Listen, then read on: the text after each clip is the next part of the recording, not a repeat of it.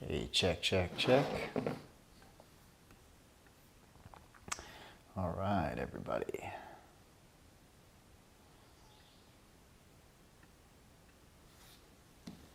Give me a moment, and we'll begin shortly.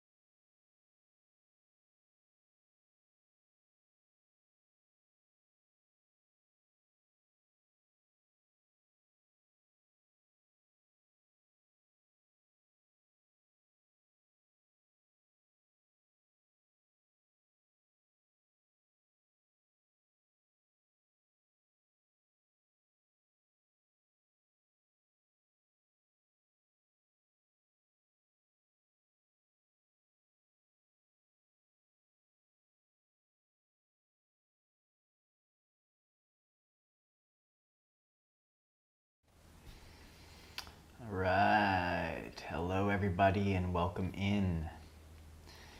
Getting a little bit of a stream warning here saying that the bit rate is low. So interesting. I've been in a little bit of a trying to solve internet problems with the internet provider. So looks like we haven't gotten to the bottom of it. I thought we did. Swapped out the modem and everything, but hopefully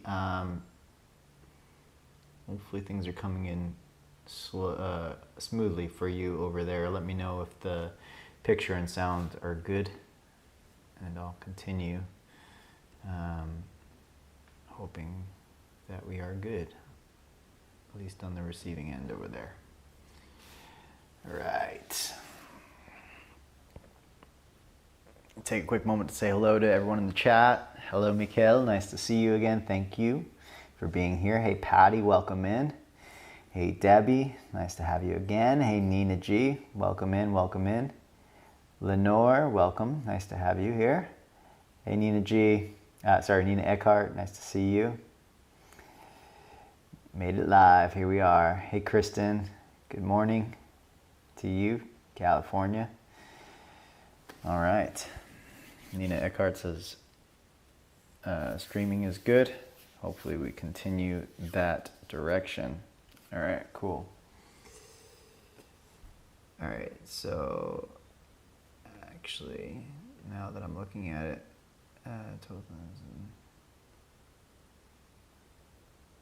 okay.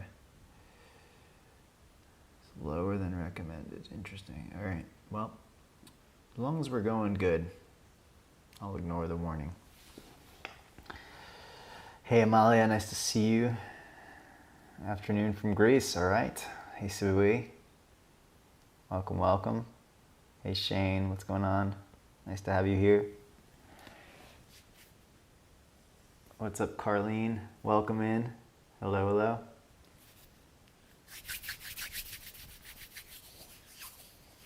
It's a little chilly up here today. Hey, Denise. Welcome in. Nice to have you here.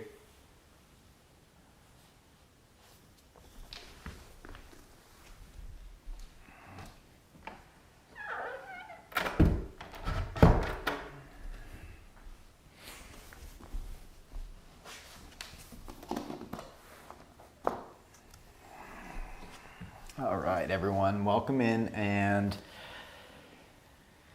we've got another heck of a practice ahead of us. And just so to give you some insight, within the next 3 classes, we want to get towards lotus pose. And for me, lotus pose is something.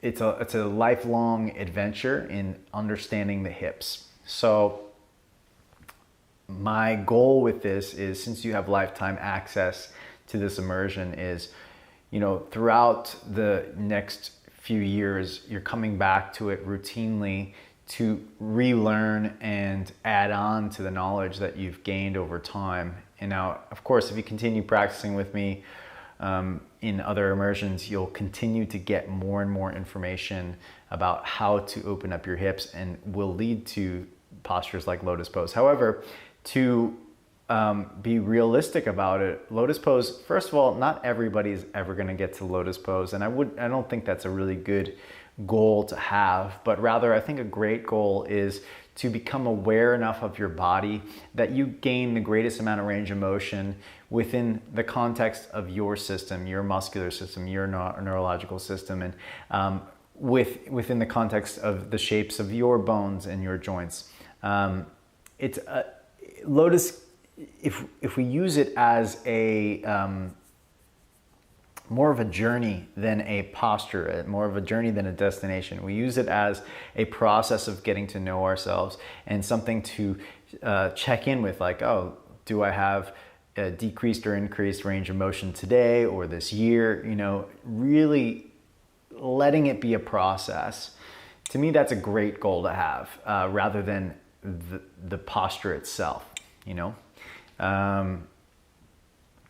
So in 3 classes left, we're going to do our best to move towards it, but also recognizing that it's not likely going to be the case that everyone here is just going to nail lotus pose. That's just an unrealistic ask of a bunch of human beings. Okay, I want to just kind of lay it out that the reality of the matter is that lotus pose is very extreme on the hips, and it can be great, but it can also be detrimental on things like the knees. And someone had mentioned my ankles were hurting when I was doing half lotus, and the reason for that typically is that the movement, instead of being in the hip, is now put into the ankle. So the movement of lotus pose can be in the hip joint, it can be in the knee joint, or it can be in the ankle joint. Most of us will move wherever we are weakest, and that becomes a problem because wherever we are weakest, if we infuse mobility, then we exacerbate issues in our body, causing injuries. So what we want to do with like half lotus postures is to increase mobility of the hips where it tends to be tightest, and the problem with that is that the muscles around the hips are strongest, and there's a lot of them as compared to the muscles around the ankle or the knee. Okay, so we want to get it out of the ankle, out of the knee, and into the hips. All right, so we'll get to that more practically. We're going to review a bunch of postures today, add a couple new ones on. Hopefully. I want to get going rather quickly, but I also do want to say that, so thank you all that were in last class, class number 9.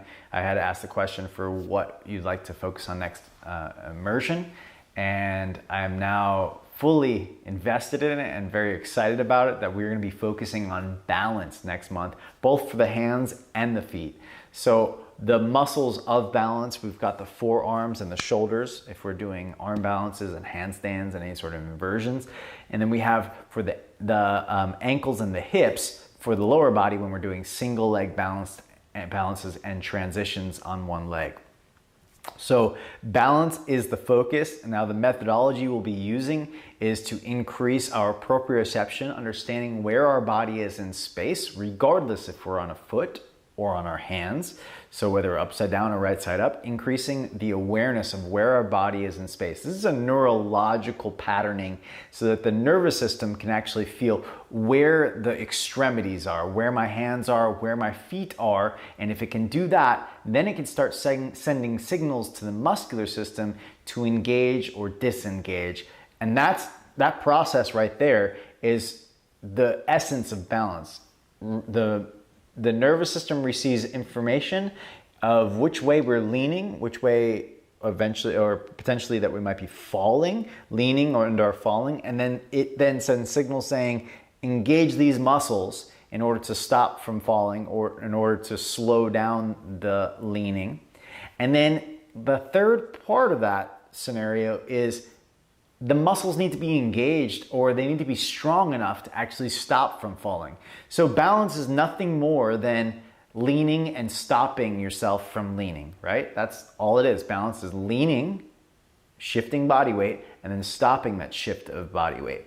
So the process that happens is our body starts to feel or sense that gravitational shifts, right? There's a movement in my body or there's a limb that has changed its relationship to the rest of my body. It's starting to drift back this way or this way. And then, okay, I feel that, I sense that, great, but can I also catch that? So we have to develop these patterns of reactivity where our muscular system will respond to the shifting of weight. And then when that pattern, it's actually the nervous system that still says, hey, stop yourself from leaning.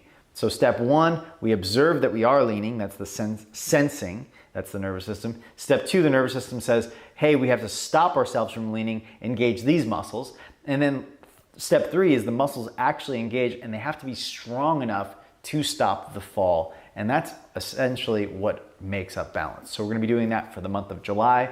If you haven't signed up already, I sent you the link in the email, several different emails, so I'm sure you can find it. It's also on this page. If you scroll down below all the videos, you'll see the, and if you use the discount code, I believe it's June member, that will give you an additional $10 off of the current discounted price. All right, everyone, let's get started. Let's get into our hips. And we'll begin today in standing. We're going to start by standing up at the top of the yoga mat.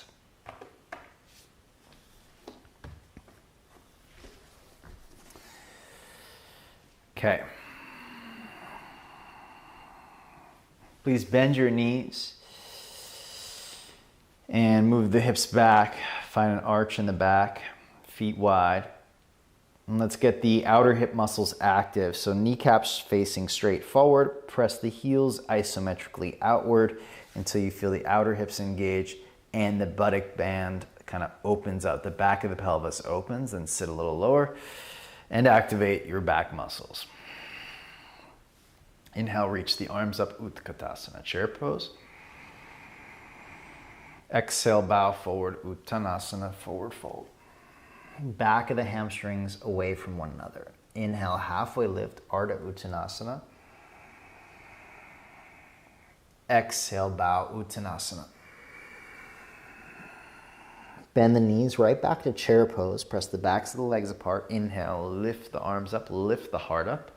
Hips back, sit bones apart. Exhale, bow, Uttanasana, forward fold. Straighten the legs as you press the hamstrings away from one another. Inhale, halfway lift. Backs of the hamstrings apart. Exhale, bow.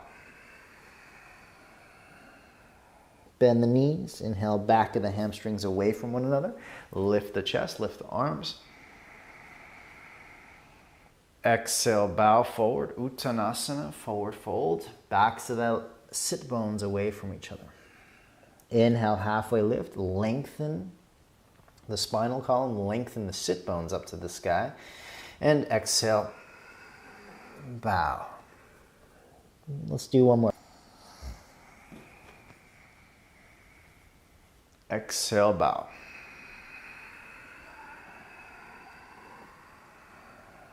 Half lift. This time, left foot back, exhale. Gather strength in the legs, pull your feet toward each other. Press your front heel down.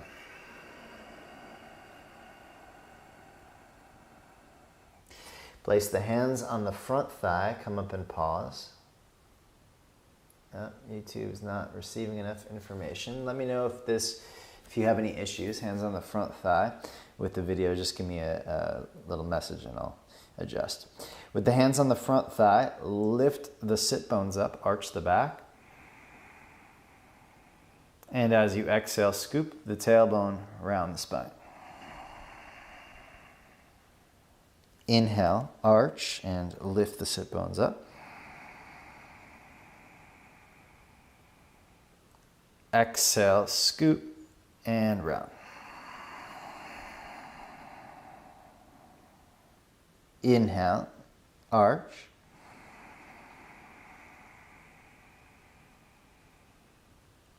Exhale, round. Okay, now reach the arms up to the sun. Inhale, high lunge. Exhale, hands to the ground. Straighten through the front leg. Inhale, let's flex the foot today if you can. Exhale, just bend the knee. We'll do that again. Inhale, straighten through the front leg, lengthen the chest, flex the foot. Exhale, bend. Image is freezing currently. Inhale, straighten and flex. I'm getting a good signal now, so hopefully it adjusts. Exhale, bend. Inhale to plank pose. Exhale, lower. Slide the hands wide. Inhale, lift the front body. Exhale, soften. Lift and lengthen. Inhale.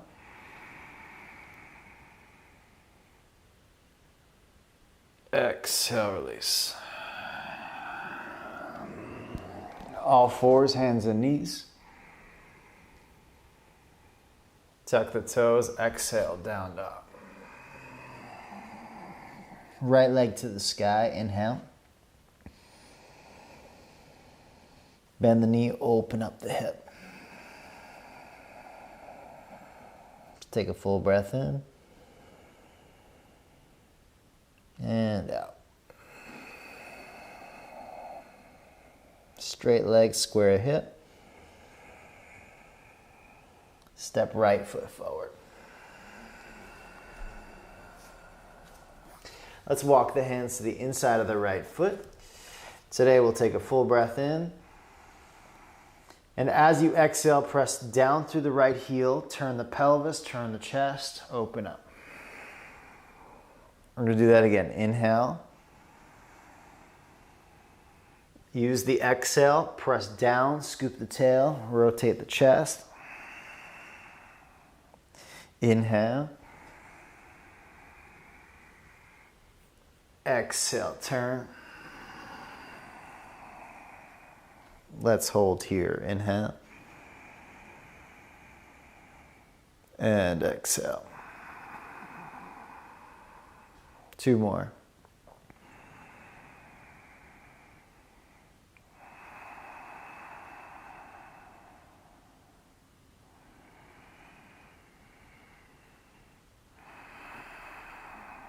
Both hands to the ground.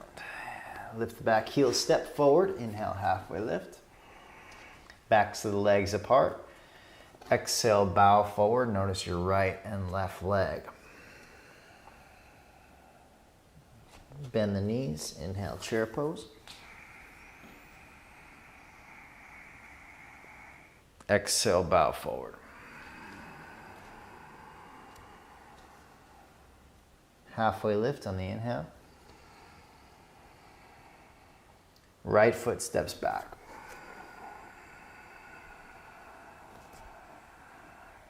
Let's first gather strength in the legs. Pull your feet toward each other and press down through the front heel. Get lighter in the fingertips as you breathe into the back.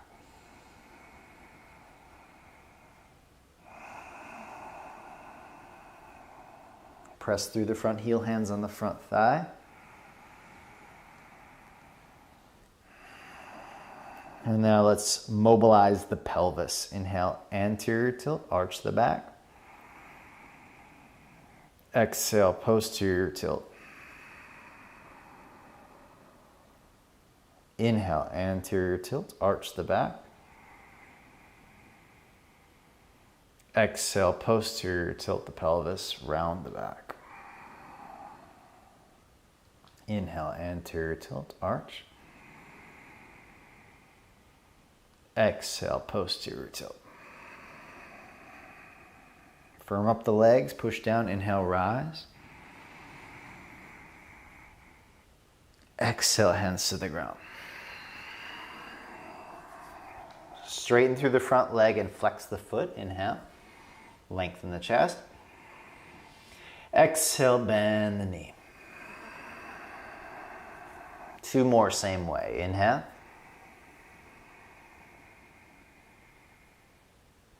Exhale. Inhale.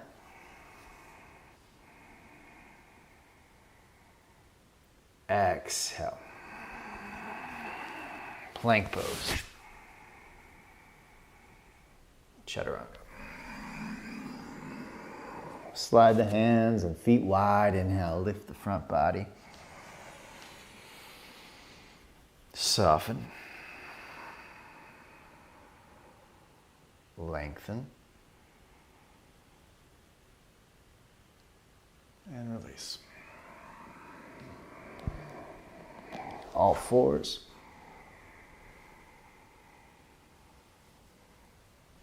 Down dog.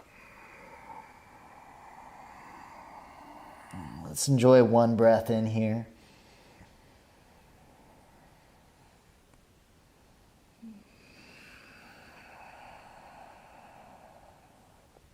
Left leg to the sky. Inhale. Bend the knee, open up the hip.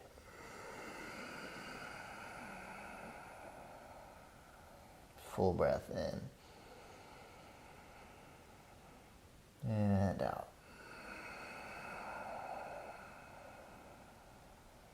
Straighten the legs, square the hip. Step forward. Turn the back heel down, hands on the inside of the left foot. Let's take a breath in, get strong in the legs, pull your feet toward each other. And as you exhale, rotate the pelvis by scooping the tail, turn the belly, turn the chest. Inhale, release the twist. Exhale, twist from the pelvis, tuck the tail, turn the belly, turn the chest. Side, you can squeeze your knees in. And as you squeeze your knees in, you'll get, okay, I'm sorry, I'm just noticing that I was disconnected for a second. Hopefully all went well in reconnecting. Let me see where we are at. Okay, I might have to reiterate in case. Okay, so Sorry, I noticed that some of you missed that little bit after the side angle here, and we held for a few breaths. We step forward, okay, and we're in Malasana with forearms on the inside of the knees. Okay, with your forearms on the inside of your knees, you can use your arms to press outward. It's going to stretch the adductors, the inner thighs, and then I'd love for you to activate your adductors by squeezing your knees back inward. Okay, so the knees are squeezing in, and this is activating the adductors as they are stretching. So as I'm squeezing in here, taking a few breaths to stay toned in the inner legs, soft in the mind while the muscles activate. And now I'd like you to add one more thing on, and that's going to be activating the gluteus muscles. Okay, so press your outer heels down and lift your hips up a little bit higher away from so instead of sitting down here, you're gonna lift your hips up a little bit higher away from the calves and heels.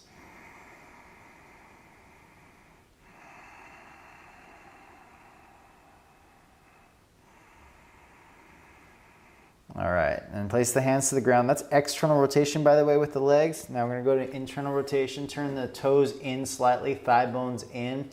Come into Ardha Uttanasana, halfway lift. Exhale, you can bow over yourself. Inhale, hands to the hips, arch the back and rise all the way up to stand.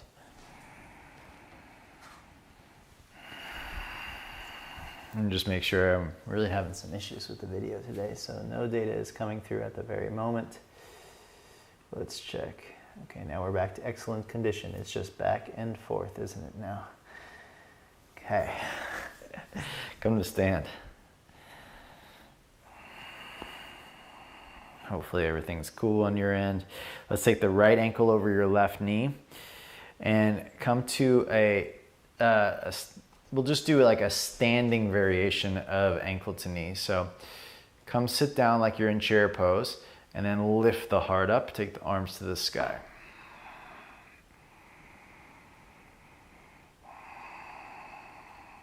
We'll do a few more breaths.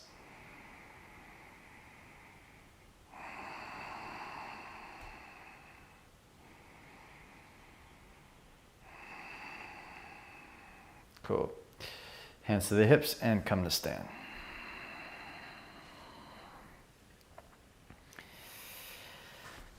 Yeah, I'm getting a little bit slowed down signal. Not exactly sure where. Okay, let's take the left ankle over the knee. Hopefully you're receiving this okay.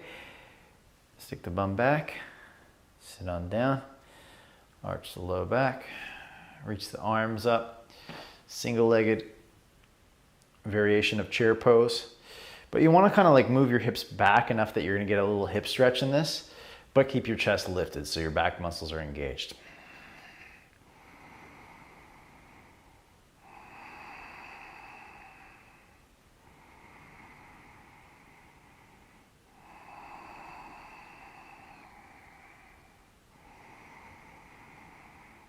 All right, and stand on up.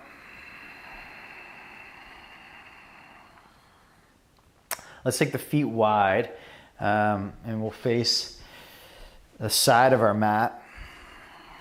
Turn the toes out, bend the knees, place the hands on the inner thighs, and move your groins back behind you. And with that, squeeze your knees in isometrically.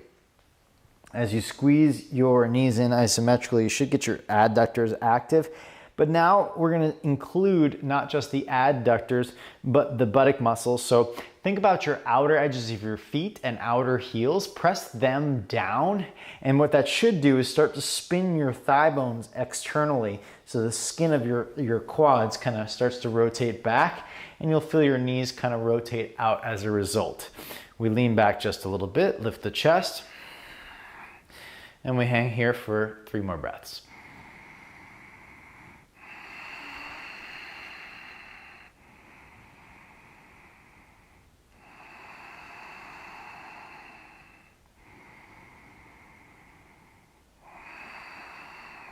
All right, hands to the ground, spin the thigh bones in, turn the toes in. Halfway lift on the inhale.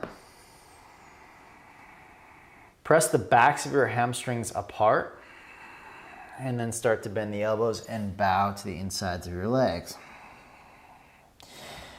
Keeping the backs of your sit bones and hamstrings away from one another. Again, when I say that, I mean activate your abductors, your outer hip muscles, and you should feel like there's a widening at the back of your pelvis, okay? And as a result, what's kind of happening is, most likely, is that you're kind of pulling the two sides of your ilium away from one another. Your sacrum will sit a little more comfortably between the two sides of your pelvis and give you a little more mobility, range of motion to tip forward, all in all. And observe if that is the case or if it's not the case for you. Okay, come up halfway. Turn the toes outward and come to Skandasana with the feet flat on the ground to start and chest lifted. So a little modification of Skandasana. Now most people will tend to kind of pull the chest over towards the bent knee thigh. I'd like you to come more to the center and just bend the knee. So your torso is straight out in front of your pelvis and your left knee is bent. Now in order to do that, you have to use your abductors on the left side. So as your left knee is bent, spin the left thigh bone out to the side and even press it out so your outer hips are active. And you can press your left outer heel down to get the deep buttock muscles active. So again, the left thigh bone presses out to the left, knee out to the left outer heel presses down so you get your gluteus muscles fired. Let's go to the other side, please.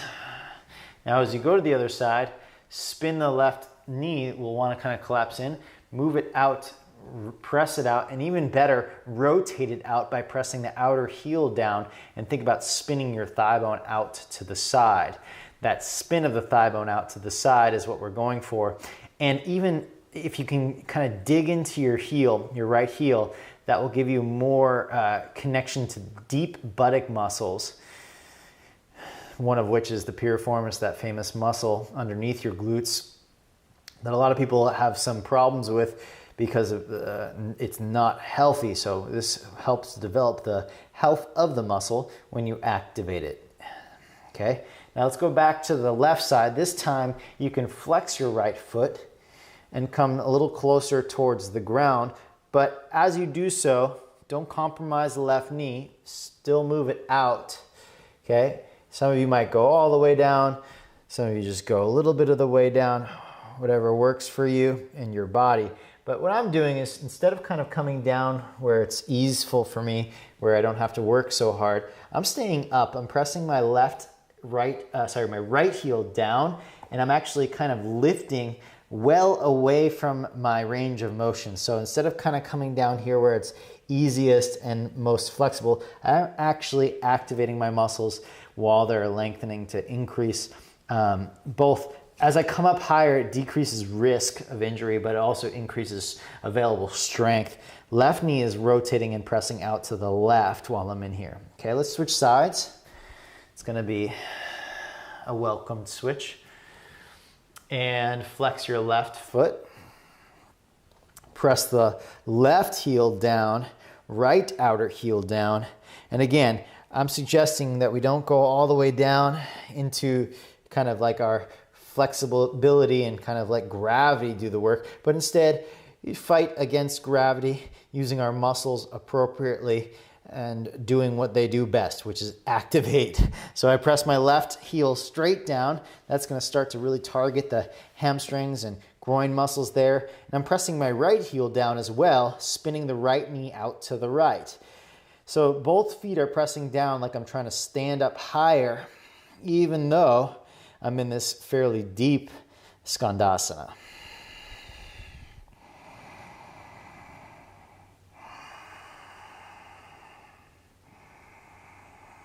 All right, coming back to the center, Prasarita Padottanasana. Again, it's going to feel different now.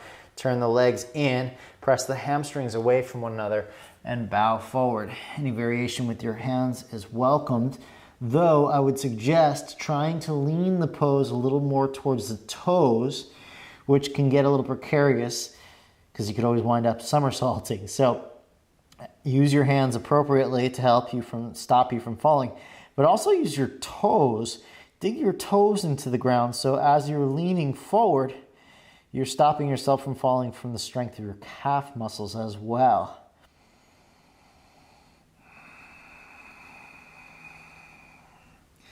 All right, come on up.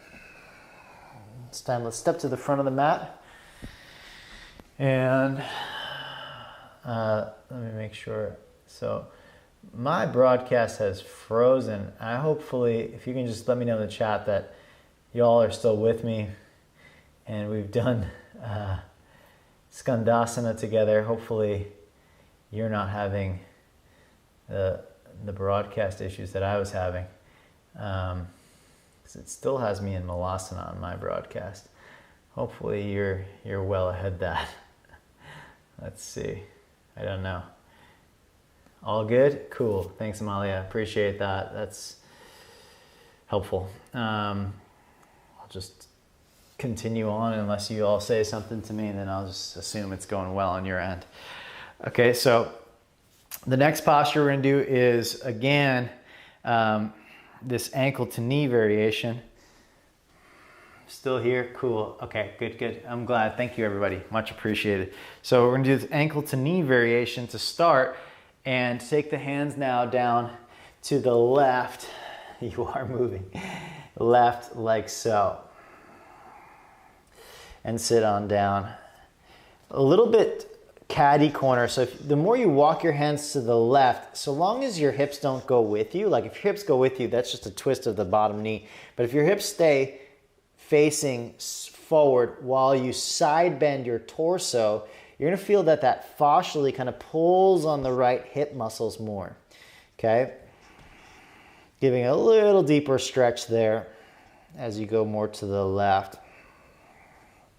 What we're going to do now is take the right hand to the outer edge of your right foot and call your attention to your left outer hip. Your left outer hip, if you squeeze it in, so instead of sagging it out to the left, if you squeeze it in, it'll lift your right hip up like so. Okay, you see that? Squeeze your left hip in, it'll lift your right hip up. Then you can take your left hand to your hip and rise up into a preparation for Utthita Hasta Padangusthasana B, which is what we're going to take. So now, as your left hip tends to sag to the left, squeeze it in. That's going to be your left abductors, and take your right leg up and out to the right. And take your left hand out to the side as well.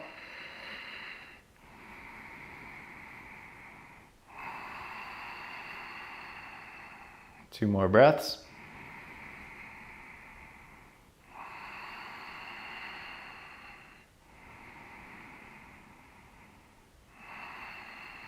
Bring it back in. Now this time, take it up, pull your knee closer to your chest, flexing the foot for now, and just try to bring now the heel, the right heel, towards your belly button, okay? Bring your right knee out to the right as far as it goes, trying to bring your heel towards your belly button and close the knee joint as much as you can. So really clamp the heel in tight. Okay, and then let's release that. That's our preparation for standing half lotus. Same thing on the other side. Catch your breath.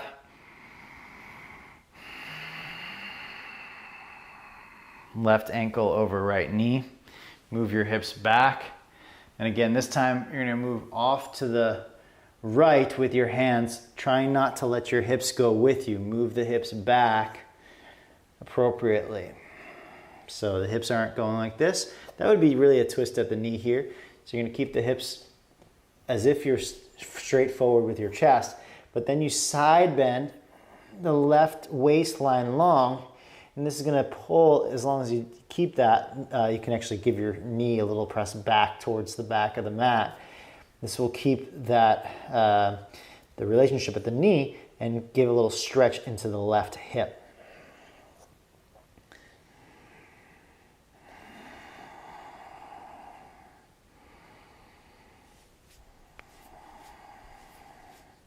It's a curious thing. Can you actually rotate your ankle all the way around while you're in here? It's a good question. A lot of people can't rotate their ankle all the way around when in a deep hip stretch. And so practicing learning how to do that will give you some freedom and availability when it's time to learn how to evert your ankle in half lotus. So grab your foot, outer edge of the foot like so, and pull on it a little to the left so your knee goes to the left more. And your right hip will tend to sag to the right here. Squeeze it in and elevate. See how my left hip goes up towards the sky? Let's do that. Squeeze your right hip in and elevate your left hip up. Then take your right hand to your hip and rise up. Let me change the camera to a preparation. Again, your right hip tends to sag to the right. I'll show that. It'll tend to sag out. Squeeze it in, and then it'll lift your left leg up, left hip up high. To the best of your ability, straighten any amount forward and a little to the side.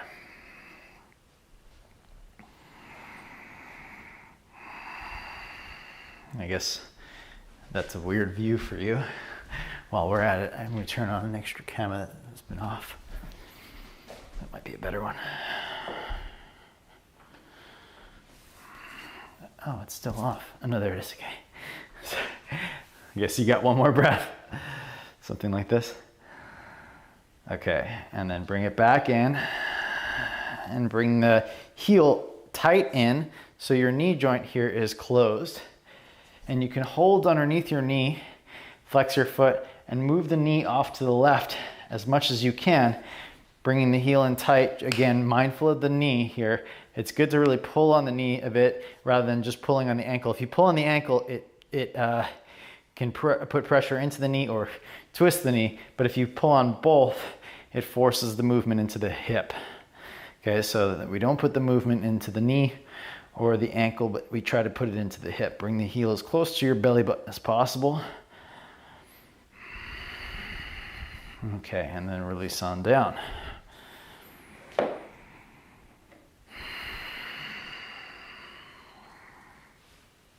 And let's come back, we're gonna come to our lizard pose variation with block. So have your block nearby.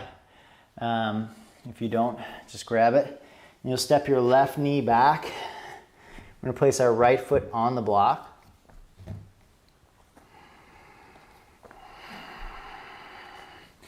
Move the groins, the hips and groins up and back, and place the elbows down either onto another block or if it's accessible towards the ground. So we can take a few moments to breathe. It's okay to be passive to start. And then we slowly start to integrate muscle engagement. Pull your left knee towards your right heel and press your right outer heel, even if it means your right thigh actually goes over to the right. That's okay for this pose today. As your right knee goes to the right, you press down into your outer right heel. And what you're aiming to do, or what you're aiming to feel as a result of those actions, is a little bit of movement where the thigh bone meets the hip socket. So your right knee goes out to the right and then you press down, and if you observe, like in the hip socket where the thigh bone meets the hip, you can feel a little rotation and maybe an increased available movement there. Okay, what happens is over time, as you observe these deep movements where the femur bone in the hip socket, you'll be able to manipulate how your thigh bone is in the hip socket in such a way that allows you to gain greater range of motion. But at first, it's really about trying to feel it, to sense it, to experience it, and of course, being able to create that action. Okay, and that takes time and repetition, intentional repetition, of course. All right, and then come on out of that pose. Switch block to the left side. And same idea here. We're going to move the groins back. And as you move the groins back, see how I'm doing anterior tilt of the pelvis when I move the groins back. So typically when the groins are forward, it's more posterior tilt. You're gonna go towards anterior tilt, which is sticking your bum up to the sky. That's a rotation of the pelvis, so the sit bones lift. And that gives me actually the movement that I'm looking for. Otherwise, if I don't anterior tilt the pelvis, then the movement's all in the spine, which if that's your intention, it's totally cool. But for us, we're not really interested in the spinal movement today, or in this immersion really, but rather the pelvic movement is the interest of this immersion, because that's where the hips are. If the pelvis moves, it's a rotation of the pelvis around the thigh bone, which is the same as saying a rotation of the thigh bone in the hip socket. But of course, we know here that the thigh bone is fixed. Now I can feel that there's a limitation immediately in this pose unless I start to actually create some mobility in my left leg. So my suggestion is rotate the thigh bone out to the left a little bit more, and then gently, or progressively is a good word, push the heel, the left outer heel and outer edge of the foot into the ground on the same diagonal as your front shin. This will start to activate hamstrings, but also the deep buttock muscles underneath the gluteus, as well as the gluteus, of course.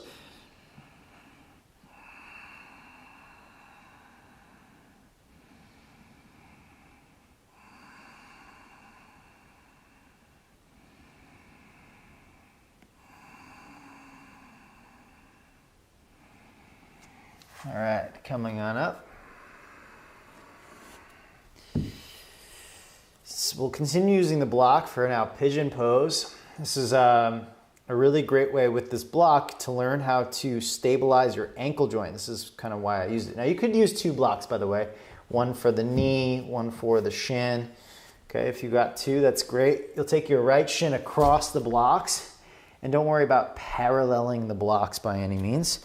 But here's for the people that had ankle pain in lotus pose. It's likely because you were inverting the foot, which looks like this. I'm gonna just move my hand, where the sole of the foot is facing up. What this is a stretch of the outer ligaments here, and that's very painful for most people to overstretch those muscles. That's what a sprained ankle is like. But instead, if you reach the pinky toe down, you see that? The pinky toe reaches into the ground, and even if you wanna go further, you try to reach the big toe forward. Okay, so first step is change this inversion towards neutral, and then if you want to go even further, you press the pinky toe down. You'll even see that that affects my shin. You see how what I do, if I push the pinky toe down, that's my fibularis muscles along the outer shin here. Those are the everting muscles, stabilizes the ankle, but it also rotates the shin, which is quite nice for a lot of people in this pigeon pose. So square the hips, square the pelvis, and that means rotate the left hip towards the ground for most of us. And you'll also notice that my hips are not on the ground, okay? So evenly off the ground. And I move back just a little bit. See, look, I lift my left knee and move it back, and that's gonna increase the stretch of the front hip. Let's do the same thing we did in standing ankle to knee pose.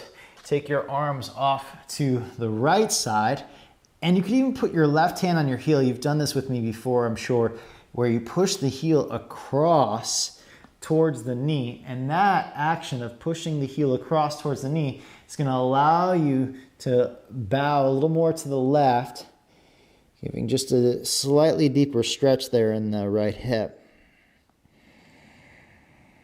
Again, left hip bone towards the ground, rotating the pelvis. And what that's doing is it's pulling the muscles that are attached to the right hip towards the left hip. That creates a stretch in the right hip.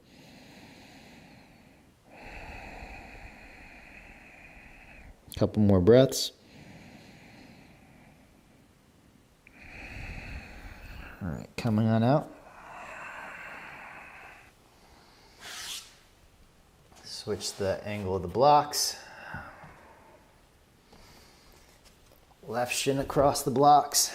Again, ankle off is really going to be helpful for most of you to learn how to articulate the ankle. So when you do half lotus, you're not putting all the pressure in the ankle.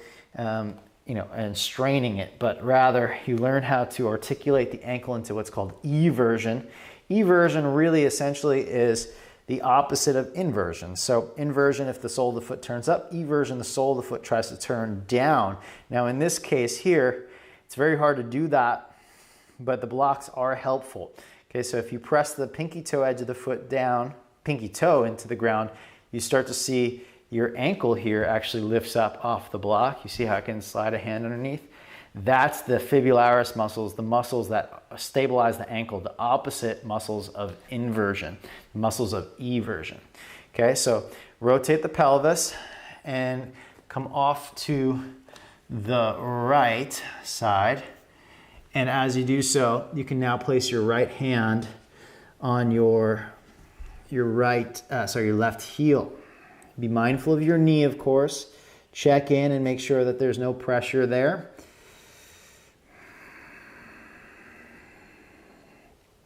And to be clear, sometimes too much eversion can also cause some knee issues. So if you feel like you have inner knee pressure, then that's going to typically be too much eversion. Too much inversion is going to cause outer knee strain. Of course, it really just depends on a lot of factors that are happening in your body, and it's hard to just say blanket statements like that. So you kind of have to just be open to the sensations that you're experiencing and be open to changing whatever it is you're doing. And that might mean doing the opposite of what I've just asked.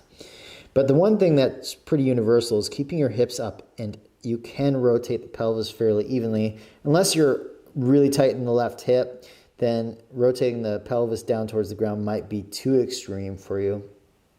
And then that could cause some strain in the knee and ankle. So there's always exceptions. I don't want you to use that as an excuse to back off of trying to do a technique.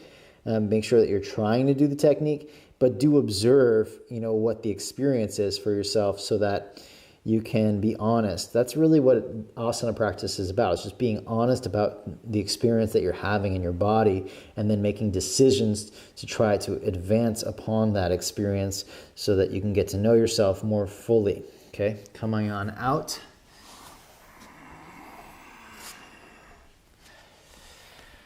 All right, very nice. So let's take an open variation of Janu Shirshasana with a side bend. So we'll do this. We'll take the left heel into the groin like so and try to move instead of the knee like kind of squared hips, I'm gonna try to move the left knee to the left as much as you can. And if you want to get, and I suggest you do, try to get some active mobility in here first before we go down, is you want to try to lift your right leg up off the ground with a straight knee and flexed foot. And this is going to get your hip flexors and quads to activate. Okay, really quite nice preparation for the next step. Then we do the opposite. We try to press the left knee down and out and try to press the right heel down into the ground, getting the underside of the legs and buttocks to activate. And then from that place, side bend the waistline. We've done a little bit of side bending already, so you try to side bend the waistline down and take the forearm to the ground. I would suggest left hand behind the ear, press the head back, and here we are in a nice little Janu Shirshasana side bend. Okay, with this, firm up your right quads. I still suggest pressing the right heel and even right outer hip down into the ground and the left knee down into the ground, but some of you might be able to layer on the feeling of activating your quads and quads and hip flexors at the same time. And that would be like trying to lift your right leg up off the ground while trying to press it down. Okay, so that it's not usually helpful to do two actions at once, but you can firm up your right quads and hip flexors the way you did when you tried to lift the leg up. Another thing you can think about is pull your left thigh bone into the hip socket, pull it back while pressing the right heel down. Okay, and it's very hard to coordinate actions, so don't expect it to be easy. And just trying is going to increase your body's proprioceptive abilities, ability to know where it is in space, and eventually coordination. Hello, side waistline. Let's go to the other side. Switch it up. Right heel into the groin. And again, flex the left foot. Let's get some active mobility first before we do this side. So hip flexors, lift the leg up. Now some of you, if the inner groins tend to be really tight in these these open leg poses, you can actually turn the leg and prime the adductor. So you turn the leg out and prime the adductor muscles instead of the hip flexors, still keeping the leg straight. And that could be really good just to heat up those muscles before you go down. It's quite a nice strengthener there. Okay, we take the right forearm down to the ground or block, turn the chest. Again, right hand behind the head, press the head back, rotate. And again, now we're going to try to get these muscles of the hamstrings and glutes and active in the left side. I pressed my left calf muscle down into the ground without jamming the knee straight. Okay, so it can be straight, but don't jam it in towards the ground. Jam your, try to get your top of your femur bone where the thigh bone meets the hip socket. That can press down. The left heel can press down, but try not to get the left knee like, jamming it straight, because that's, some of you will feel some pain there. Okay, more so, press the leg down to get the hamstrings active and suction the left femur head into the hip socket, like try to pull it into the hip joint.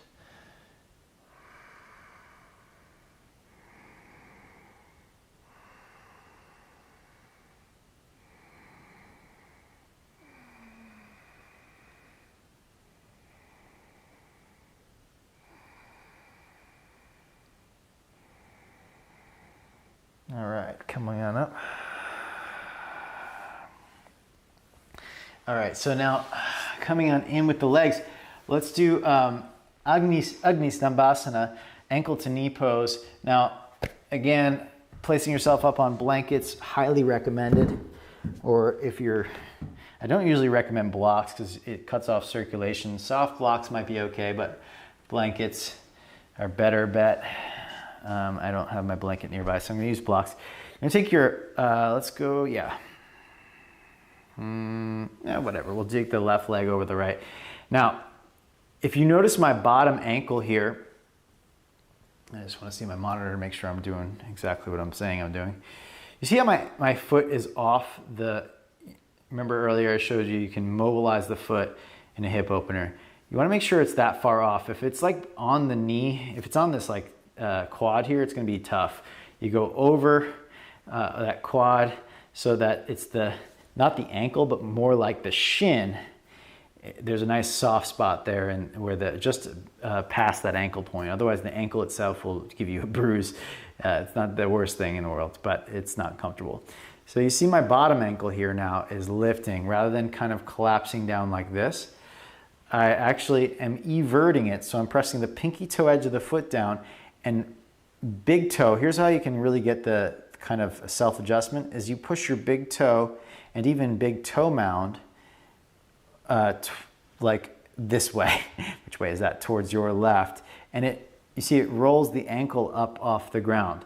Now, lift your hips up, move your hips back, and try to keep your sit bones wide. Let's do a side bend over to the left. And as you side bend over the left, you can kind of bring your left knee a little towards the ground. You see my right knee is up high. That's fine. You want to keep it up there right now is totally cool. If it feels okay to move your right knee down a little bit, that's okay too. So here we are. And then we're going to side bend over to the other direction. This is going to bring your right knee towards the ground more as you side bend to your right.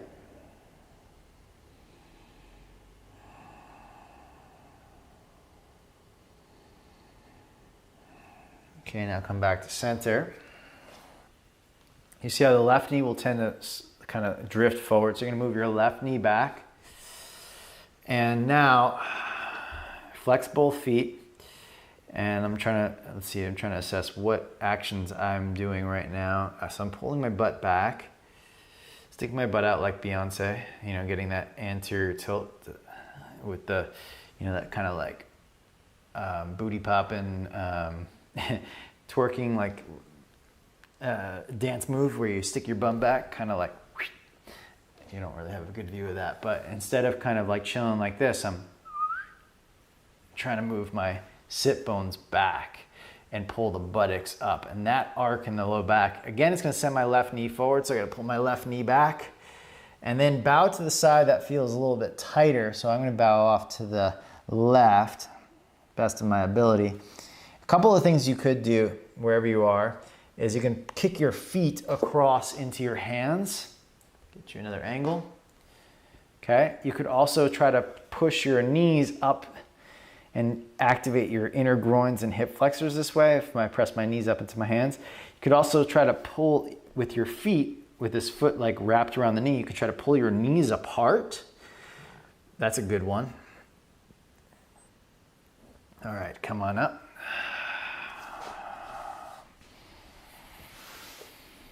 And if you're on blocks, it's a good opportunity to take a moment in Virasana with your thighs rotated in after that deep external rotation. It's okay if the knees are a little bit apart, by the way, they don't have to be completely touching.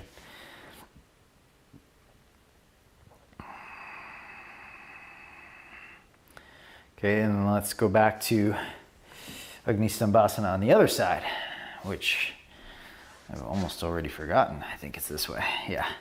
Okay, so make sure the ankle is not resting on the knee, but it's a little bit past so that you don't get that painful thing.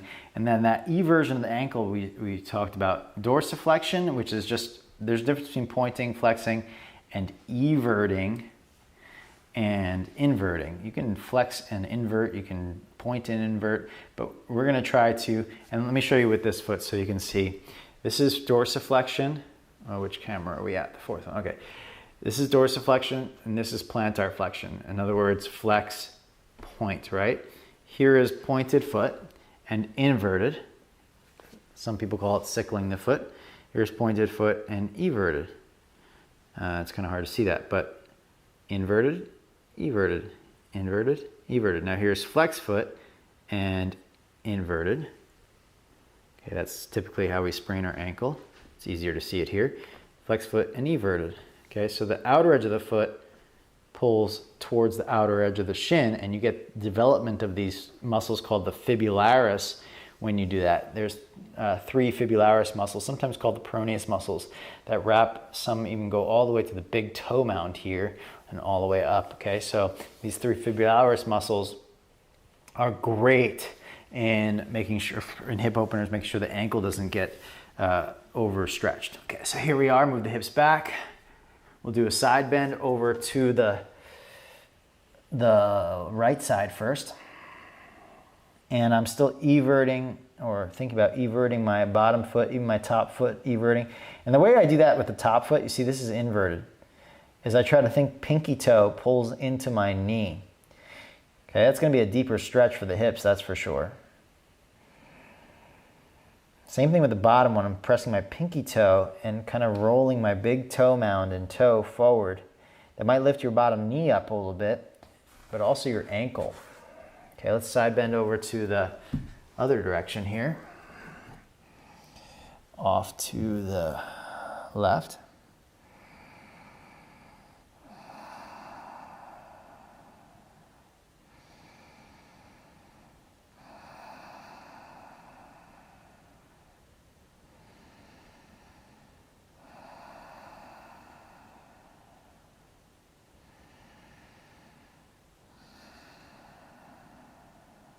All right, coming on back to the center.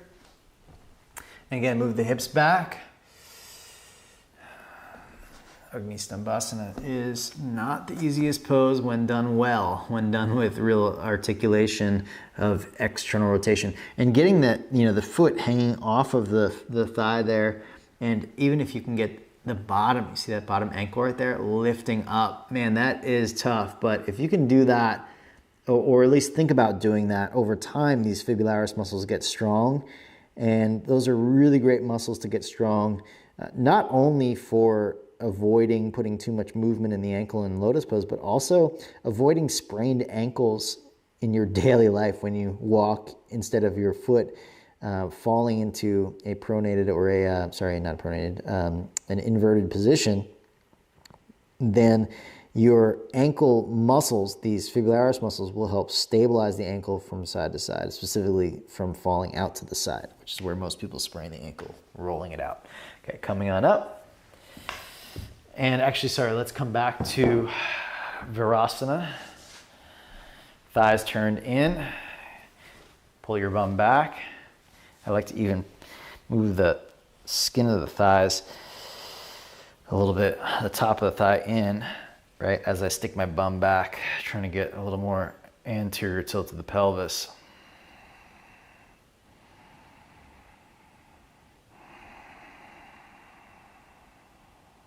All right. Now, let's move on to, we got 2 more poses. Stay with me, everyone, if you can. I know some of you got to run, and that's okay. Those of you that are still here, we got a couple of more poses with us. So, hurdler's stretch, I'm going to try to show the side of this. Your left leg goes out to the side, and your right knee, while bent, is going to come in. It's like Virasana here, turned in. And for a lot of you, that's going to be painful in the knee unless you put yourself up on blankets. Okay, so put yourself up on as many blankets, sit up as much as you need, and then it actually decreases the pressure in the knee as you side bend over to the left. Okay, but watch first before you see that. You're going to take the left arm, sneak it underneath your hips, and try to grab your ankle. I think you can see that here. Yeah, you see how I sneak my left arm underneath and grab my ankle. Okay, let's show you another angle here. Underneath, grab the ankle and come on down. Then I'm going to lay off to the left side. From this side, I lift hips up, reach underneath and grab the ankle, and then sit back down and lean my left shoulder in towards my left inner thigh. This foot will tend to invert and the thigh will roll out. Evert the foot the best you can. Keep the thigh rotating up, and optionally press your head back. Some of you will be able to grab the outer edge of the foot. Now, if this is not accessible, return back to the side bend with Janu Shirshasana that we did instead of the leg rotating in. There's no need to force this posture by any means. It is a bit of an extreme posture. Some of you, it's going to feel fairly accessible. Others, it's going to feel impossible. It depends on the patterns. All right, come on out slow. We will switch the sides.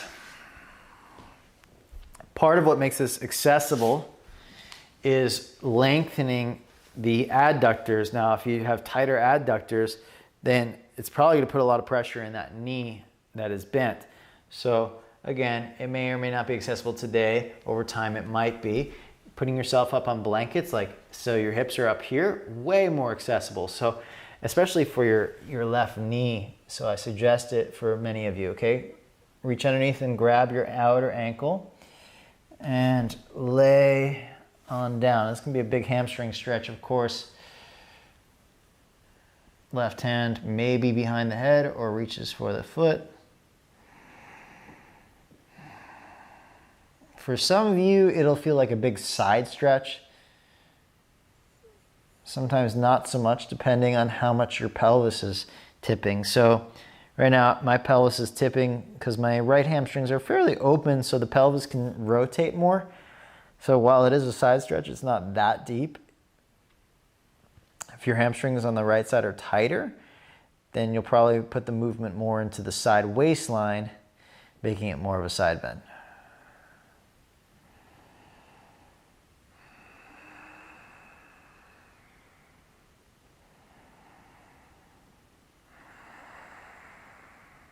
All right, come on up.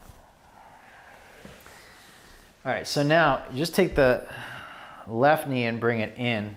And I would say sit up on several blankets and have a block ready nearby for your right leg, okay? You take your right leg and hold the ankle with everted foot. So the foot does this action. Again, you can use your hand and actually manipulate the foot so that the toes turn down more. See, this is inversion where the ankle is long, the outer ankle is long. This is eversion where the outer ankle is short. It can be everted and pointed, it can be everted and flexed. Big toe is reaching, either way. Now, here's where you want to kind of widen the knee out to the side and kind of give it a little baby cradle. See how the knee is completely closed. That's going to protect the knee from doing any sort of weird stretching. And I'm just doing a little side to side movement here. A lot of you, this is not going to be comfortable on your left knee. That's why I suggest putting yourself up on blankets, blocks, whatever you need. And then you come across, and this is where the block is going to be really useful underneath your right knee. So this is going to be a half lotus and half virasana, okay? So this is a great place to be with your right knee supported by the block. Over time, what's going to happen is, I suggest pointed and everted foot. As you can bring the knee or the foot across further, eventually, again, I'll say that again. As you can bring it across further, that's going to allow greater rotation of the right thigh into half lotus. And you could do what I'm doing is you roll the skin out to the right. Now what's great about, or what's cool about this pose is that one leg is in deep external rotation while the other leg is in deep internal rotation. So the rotation of both legs are going this way. So you can take your left hand and spiral the left thigh flesh inward and the right hand and spiral the right thigh outward. Okay. Some of you might want to take a bind, which means you would take your right hand to your thigh and reach around. This is a bound version of it with a twist. Ardha Virasana, Ardha Padmasana. So Ardha Virasana, half hero's pose. Ardha Padmasana, half lotus. And this is a bound half lotus with a twist. So Ardha Baddha, what's the word for twist? It's blanking my head. Parvrita Padmasana. All right, come on out. Again, I hope you're sitting up on blankets and blocks as necessary. Okay, here's another nice variation for those of you that are not getting anywhere near this, is half Virasana and half cobbler's pose. And this can be a great opportunity right here to get acquainted with the eversion of the ankle. Okay, and this is just a nice position to be in. You could also do a twist like this. Again, I do recommend having a block underneath the knee, so there is some support there. You could even press the knee down into the block. Okay, that's a great opportunity to get the glute muscles and the deep buttock muscles fired up. So here's what we did for those of you taking the more fuller version of this. You bring the knee out wide, and this is going to be a big stretch of the groins when you pull it out wide. Okay, when you pull the knee and the foot out wide. Then to go the next step, and you might stay right here, but if you choose, you bring the leg all the way across. Now for many of you, that's going to leave your knee way up high. That's why I definitely recommend don't press the knee down. You're going to feel that not so good in the knee joint. The knee will come down when it's ready to come down. If you force it down, that is definitely the wrong way to go about it, and it will just inhibit your range of motion and ultimately lead to injury that's going to cause a much longer, honestly, just a much longer process than you are wanting to have. Okay, and eventually you could do the twist where potentially you grab the foot. Now, you might ask yourself, well, how does the knee come down? Well, it's not like this. It's actually spinning the thigh bone out, and it's really in this process here of the knee goes wide and the thigh bone rotates out to or outwardly without the knee torquing, and eventually you'll gain access to this rotation at the thigh that allows you more mobility into half lotus. Okay, so going wide first with the knee and spinning the thigh bone out and even lengthening a little bit here can help. Okay, again, I try to find a little anterior tilt. Maybe you take a twist I guess. Let me see if I can get this name right. Ardha Virasana, Ardha Bada Padma,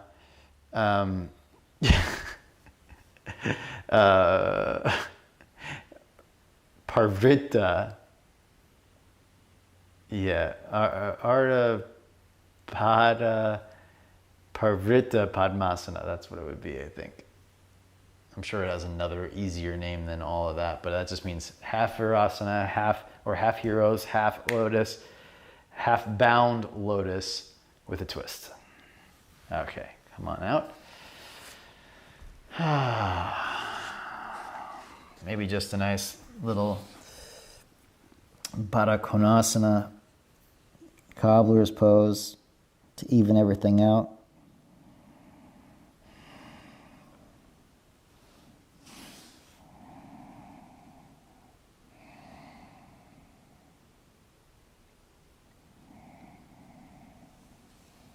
Okay. And Shavasana is well deserved. I'm going to do a Virasana version of Shavasana with the knees knocked in.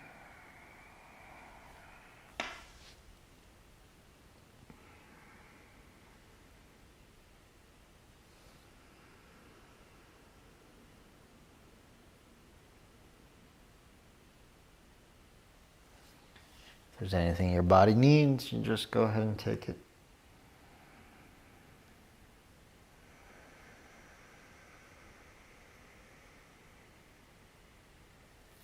And as usual, if you'd like to extend your Shavasana, just press pause in the video and take as much time as you'd like.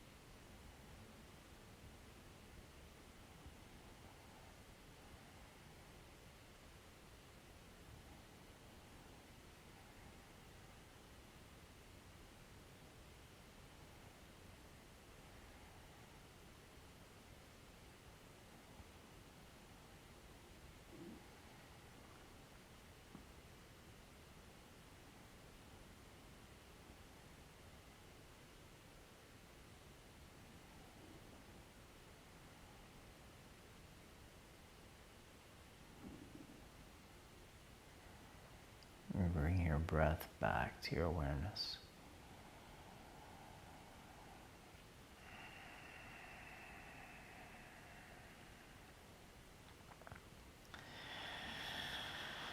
Awaken the fingers and toes.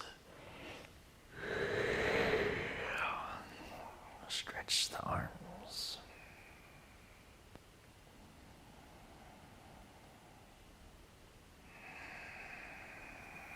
Roll to your side.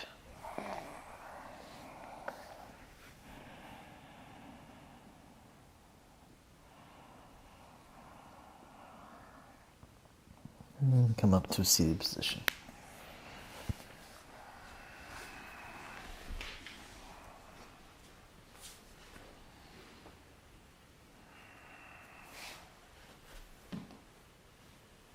Place the hands at the heart in honor of this body, this beautiful practice that has been passed down to us.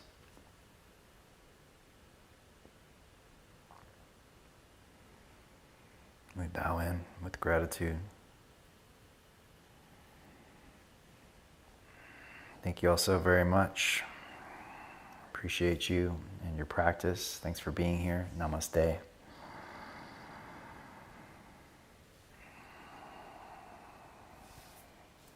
Beautiful, everybody. Thank you. Thank you. And reminder about the next immersion is on balance, and we'll be focusing on those three main things of creating proprioception and creating a patterning or a reactive patterning of the muscular system, first neurological, then muscular system, so that we engage muscles in order to keep ourselves balanced on one leg, two legs.